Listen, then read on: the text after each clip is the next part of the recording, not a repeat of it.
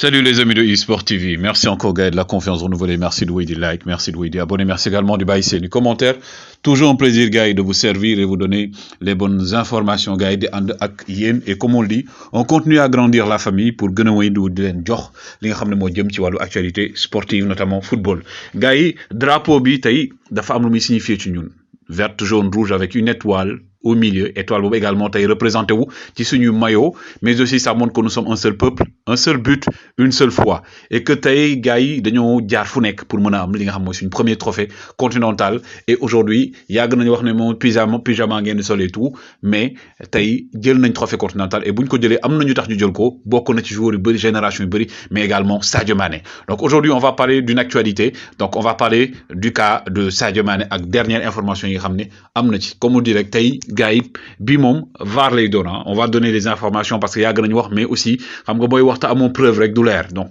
tey dañuy wax joxe ay preuves mais encore VAR bi tey comme d'habitude déjà remercier ñëpp ñi participer ci dernière vidéo mujjee def donc c'était Ousmane Diop félicitations ñi ko trouvé ñeneen ñi doon wax ñe ñoom ay Omar Daf lañu tout donc bon courage gars yi ça au moins ça permet tey nit ñi di xam tey VAR bi nag ki may laajte mooy kii nii lui c'est un international sénégalais ancien international sénégalais joué na Paris Saint-Germain bokk na ci légende du football sénégalais joué na ak également un certain Jules François Bocandé porté na drapeau Sénégal ci kaw notamment ca France kii ban joueur loolu laa leen di laaj. Donc kii également ngeen gis di Junior Sambou nekk numéro 10 fa nga xam ne mooy ca Jaraaf de Dakar tey match bu neex gars yi diggante Jaraaf de Dakar ak Guédiawaye football club 3 buts partout Jaraaf égalisé à la dernière minute moom nañu jël Junior Sambou jox ko meilleur joueur homme du match gars yi da leen ko suivre championnat Sénégal parce que am na joueur yu mag ki ngeen gis également di Naby Sarr moom aussi c'est le fils de Boubacar Sarr Locotte ancien international sénégalais ancien entraîneur adjoint ca Paris Saint-Germain moom tey également moom ak équipe moo gagné ñu bëri doon laaj ana Naby Sarr donc Naby Sarr mi ngi nii mi ngi continuer di jouer ba tey il fait de bons matchs le grand défenseur kii aussi Yannick Gomis ñi ko fàtte woon Yannick Gomis mi ngi Guingamp tey moo dugal but égalisation bu Guingamp à la dernière minute dans les arrêts de jeu donc joueur Sénégal yi fu ñu nekk gars yi buñ ko mënee am information bi buñ kuñ ci am information aussi dina lañ ko jox parce que dañoo bëri macha allah Sergi Roberto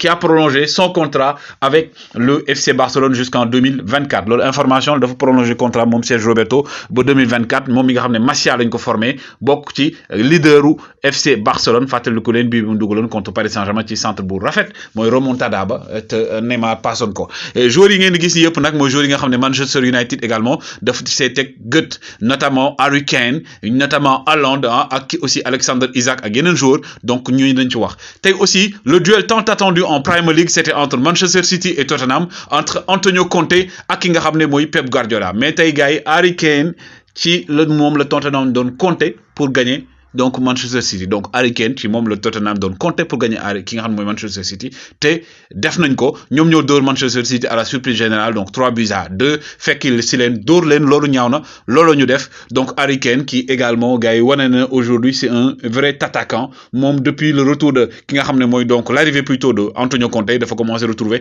ay sensations Harry Kane mi nga xam ne actuellement il fait partie des meilleurs buteurs de l'histoire de la Premier League. Il est en 7e position. Mom mu ngi am 173 buts. Toutes compétitions confondues. Ki nga xam mooy premier nag foofu noonu ca champion plutôt ca Premier League mooy Alan Shearer, la légende Alan Shearer, mais aussi Alan Shearer mi ngi am 260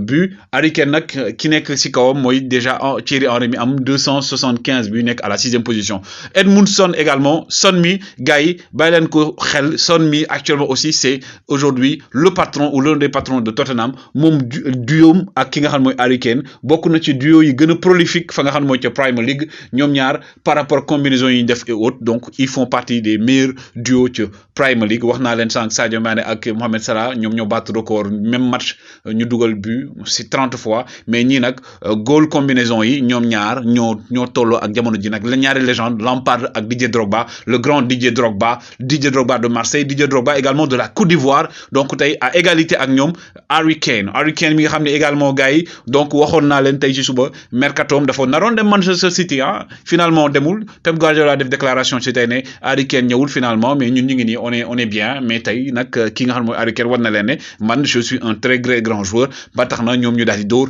équipe bii di Tottenham 3-2 de le Tottenham dóor Manchester City avec un très grand Harry Kane. Comme je l'ai dit, donc actuellement donc il est 7e meilleur buteur donc de l'histoire de la Premier League. Mais aussi merci du côté de Liverpool bi nga xamné gis ngeen image bi donc bi gars yi monté donc qui est Thomas Tuchel plutôt donc ki nga xamné mom moy donc aujourd'hui l'entraîneur de Liverpool Jürgen Klopp mi koy saafandoo ak moom ne ko jërëjëf Harry Kane. Lu tax jërëjëf parce que ñom Liverpool ñoy deuxième avec 57 points mais dañu am ben match de retard donc buñu dooree ce match de retard bi on l'espère donc 3 points la leen Manchester City di rawee parce que jamono ji Manchester City 6 points la leen rawee avec un match en moins pour Liverpool donc Chelsea mooy 3e avec 50 points donc numéro 10 bi gars yi dama bëgg ngeen bàyyi ci xel numéro 10 bi mooy ñun suñu lépp ñun kii mooy suñu Messi mooy suñu Cristiano Ronaldo mooy suñu lépp kii mooy suñu Sadio Mané du Sénégal l'enfant de Bambali celui qui est parti de zéro pour arriver à quelque chose from zero to hero moom mooy suñu héros tey ñun mooy suñu Superman mooy suñu Ladior mooy suñu ponkal ñun mooy suñu lépp ñun moom lañu namoo et tey ba mu duggee ci terrain bi waree na ko lu tax ma koy wax nag gars yi wax ji bëri woon na loolu les gens qui parlaient de gauche à droite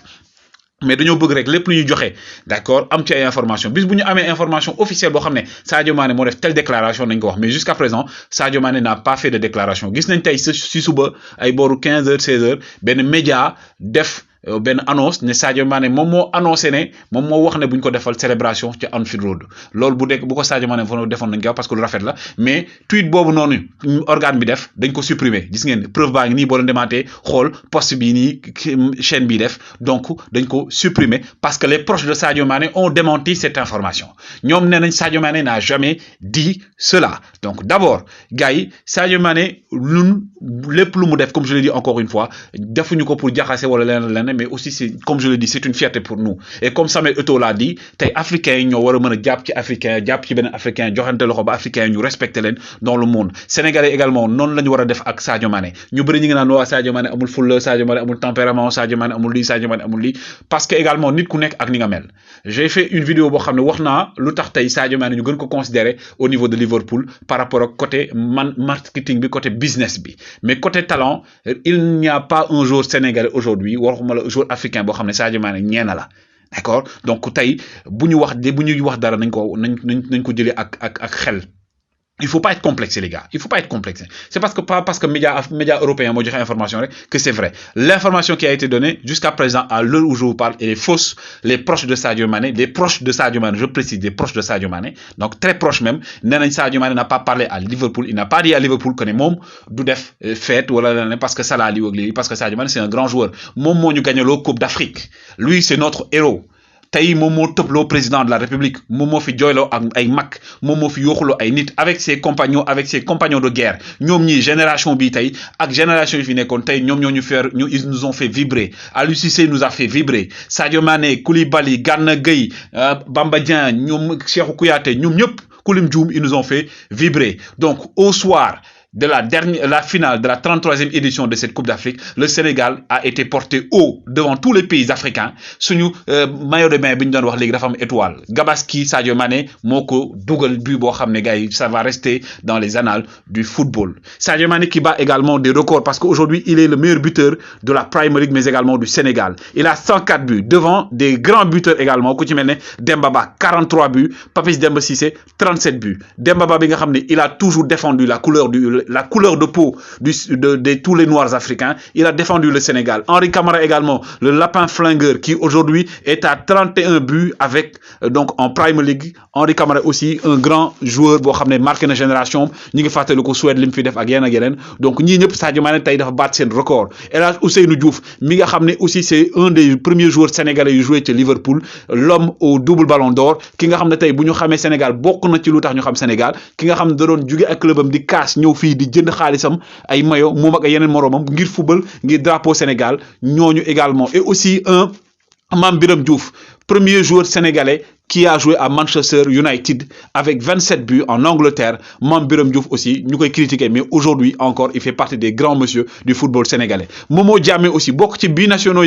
génération après génération, El Hadj Diouf, beaucoup de signes. Mom Demono Juyo 2012 avec la nouvelle génération Diamono Diodj, Nyom Sadio Mané et tout. Lui, il est à 18 buts en Angleterre. Momo Diamé, Sadio Mané également, il faut battre record. Diafara Sakho aussi, beaucoup de jeunes générations, beaucoup aussi, Nyom, de imposer ou Premier League, ben jox aussi gëdd yi nga xam moy joueur sénégalais, il est est à 18 buts à égalité avec Momo Diamé. Diafara Sakho également aujourd'hui qui continue à jouer dans un pays africain, dans un club africain, mais c'est un grand monsieur. Mais aussi il y a Diomansi Kamara qui nga xam ne aujourd'hui gars yi il fait partie des binationaux aussi. Beaucoup de génération après 2002, il prouve également aujourd'hui son amour pour le Sénégal. Bataille Mingfi, agent le, Mingidem Canal, il représente avec Abibé le Sénégal. Il les représente haut également. Il est à 18 buts, 17 buts plutôt. Mais aussi, notre capitaine Koura, Cheikh Kouyaté, l'homme aux 2 galons. Chaque jour nous critique, mais également, il est exceptionnel. Donc, gars, Sadio Mané, c'est notre leader. Nous devons défendre et qu'aujourd'hui, il doit se faire respecter. Encore à vous, gars. Toujours un plaisir de vous servir. Je devais vous donner cette information. Continuez à vous abonner, continuez à liker.